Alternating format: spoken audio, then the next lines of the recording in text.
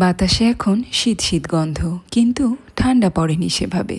আর এই সময়ের বিকেলগুলো উপভোগ করব বলেই সেদিনকে বানিয়েছিলাম মালাই টেংরি কাবাব। একটা মিক্সিং বলে নিয়েছিলাম জল ঝরানো টক দই, আদা রসুন কাঁচা লঙ্কা বাটা। মিক্সিতে কাজু বাদাম, চিজ আর ফ্রেশ ক্রিম দিয়ে একটা পেস্ট বানিয়ে নিয়েছিলাম, সেটাও দিয়ে দিলাম মিক্সিং বলে। এখন নুন, গোলমরিচের গুঁড়ো, ধনের গুঁড়ো, গরম মশলার গুঁড়ো, কাসুরি মেথি আর মাখন দিলাম। এই সব কিছুকে একবার মিশিয়ে নিয়ে 3টে ছোট এলাচ গুঁড়ো করে দিয়ে আবারও একবার মিক্স করে নিলাম। 1 কেজির মতো চিকেন ড্রামস্টিক এনেছিলাম, 10টা লেগ হয়েছিল।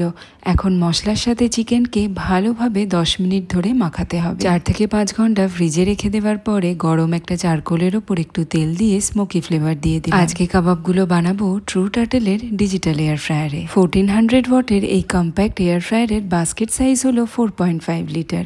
এর সাথে একটা রেসিপি বুকও দেয়, যেটা খুবই হেল্পফুল। ট্রু টার্টলের এই এয়ার ফ্রায়ারে 8 রকমের অপশন থাকে: roast, grill, bake, heat, fry, এরকম আরো কয়েকটা। ড্রামস্টিকগুলোকে এয়ার ফ্রায়ারে ঢুকিয়ে দিয়ে 200 ডিগ্রি সেন্টিগ্রেডে 20 মিনিটসের জন্য গ্রিল করে নেব। এবার চিকেনগুলোতে অল্প করে একটু মাখন লাগিয়ে ড্রামস্টিকগুলোকে উল্টো দিক ঘুরিয়ে আর একটু ম্যারিনেড ওপর থেকে দিয়ে আরও 15 থেকে 20 মিনিটসের জন্য গ্রিল করে নেব।